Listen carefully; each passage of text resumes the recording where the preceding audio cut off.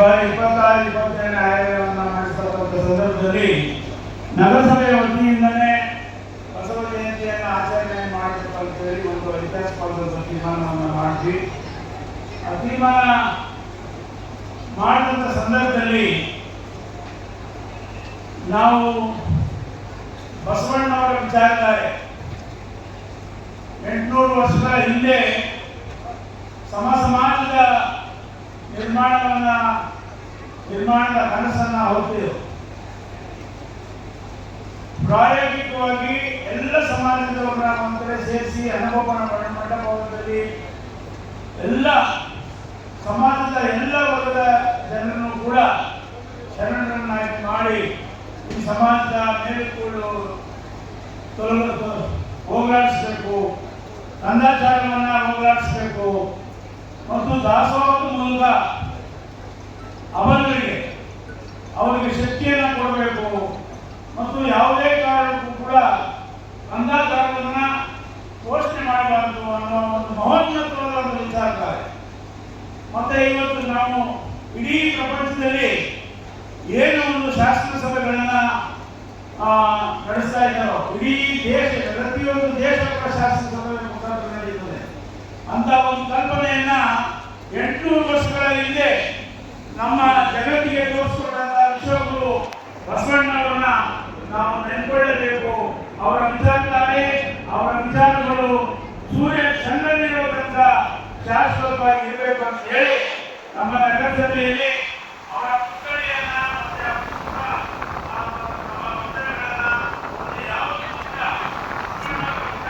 ನಿರಂತರವಾಗಿರಬೇಕು ಅನ್ನೋ ಒಂದು ದೃಷ್ಟಿಯಿಂದ ನಾವು ಇವತ್ತು ಜಗದಲ್ಲಿ ಬಸವೇಶ್ವರರ ಪುತ್ಥಳಿಯನ್ನ ರಾಮನಗರ ನಗರಸಭೆಯ ಆವರಣದಲ್ಲಿ ಸುತ್ತೂರು ಶ್ರೀಗಳು ಹಾಗೂ ನಮ್ಮ ಎಲ್ಲ ಗುರುಗಳು ಎಲ್ಲರ ಸಮ್ಮುಖದಲ್ಲಿ ನಮ್ಮ ನ್ಯಾಯಮೂರ್ತಿಗಳಂತ ರಾಮಮೋಹನ್ ರೇವಣ್ಣವರು, ಸಿಎಂ ಲಿಂಗಪ್ಪಾಜಿಯವರು ಎಲ್ಲರ ಒಂದು ಸಮ್ಮುಖದಲ್ಲಿ ನಾವು ಇವತ್ತು ಅನಾವರಣವನ್ನು ಮಾಡಿದ್ದೇವೆ.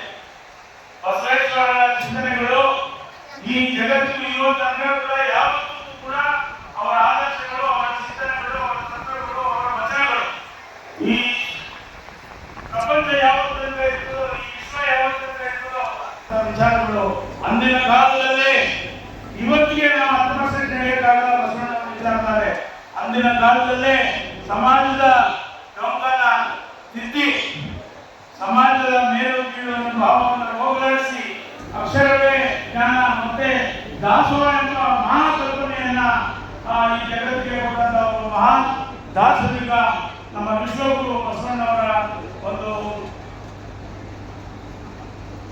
ಪುತ್ಥಳಿಯನ್ನು ಅನಾವರಣ ಮಾಡಲಿಕ್ಕೆ ನಾವು ಸುತ್ತೂರು ಶ್ರೀಗಳಿಗೆ ಅವರು ಒಂದು 15 ದಿನ ಇರಲೇವಂತೆ. ನಾವು ಬೆಳಗು ಶ್ರೀಗಳು ಮತ್ತೆ ನಮ್ಮ ಶಂಕರಪ್ಪನವರು, ಶಿವಕುಮಾರ ಸ್ವಾಮಿ ಎಲ್ಲ ಹೋದಾಗ 1000 ಜನ ಇದ್ರು ಸ್ವಾಮಿಗಳನ್ನ ನೋಡಕ್ಕೆ. ನಾವು 11 ಗಂಟೆಗೆ, ಅವರು 11 ಗಂಟೆಗೆ ಬಂದಂತೆ 4 ಗಂಟೆಗೆ ನಾವು ತಿಂಡಿ ಏನು ಮಾಡಿಲ್ಲ. ನಾವು 3 ಅವರು ಕಾಯ್ಕೊಂಡು ಕೂತಿದ್ವಿ. ಕೂತ ಮೇಲೆ ನಾನು ಹೇಳಿದೆ, ಈ ಥರ ಬುದ್ಧಿ ನಮಗೆ ಒಂದು ಡೇಟ್ ಕೊಡಬೇಕು, ಮೇ ತಿಂಗಳು ಕೊನೆಯಲ್ಲಿ ಕೊಡಿ, ಸ್ವಲ್ಪ ಟೈಮ್ ಬೇಕು ಅಂತ. ಇಲ್ಲ, ಮೇ 25 ಮೇಲೆ ನಾನು ವಿದೇಶಕ್ಕೆ ಹೋಗ್ತಾ ಇದ್ದೀನಿ. ಬೆಳಗ್ಗೆ ಅವತ್ತು ಆ 1000 ಜನ ಎಲ್ಲರೂ ಕೂಡ ಬಸವ ಕಾರ್ಯಕ್ರಮದಲ್ಲಿ ಇನ್ವೈಟ್ ಮಾಡಿದ್ದೇನೆ. 1000 ಜನ ಹೋಗ್ತಾ ಇದ್ದಾರೆ.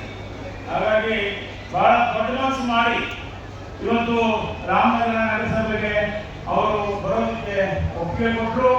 ಮತ್ತೆ ಅವರ ಅಮೃತದಿಂದ ಬಸವಣ್ಣವರ ಪುತ್ಥಳಿಯನ್ನ ಇವತ್ತು ಅನಾವರಣ ಮಾಡಿದ್ದಾರೆ. ನಾನು ನಮ್ಮ ರಾಮನಗರದ ಸಮಸ್ತ ನಾಗರಿಕರ ಪರವಾಗಿ ಸಾಕ್ಷಾತ್ ನಮಸ್ಕಾರಗಳನ್ನು ಅವರಿಗೆ ಮಾಡಲಿಕ್ಕೆ ಬಯಸ್ತೇನೆ.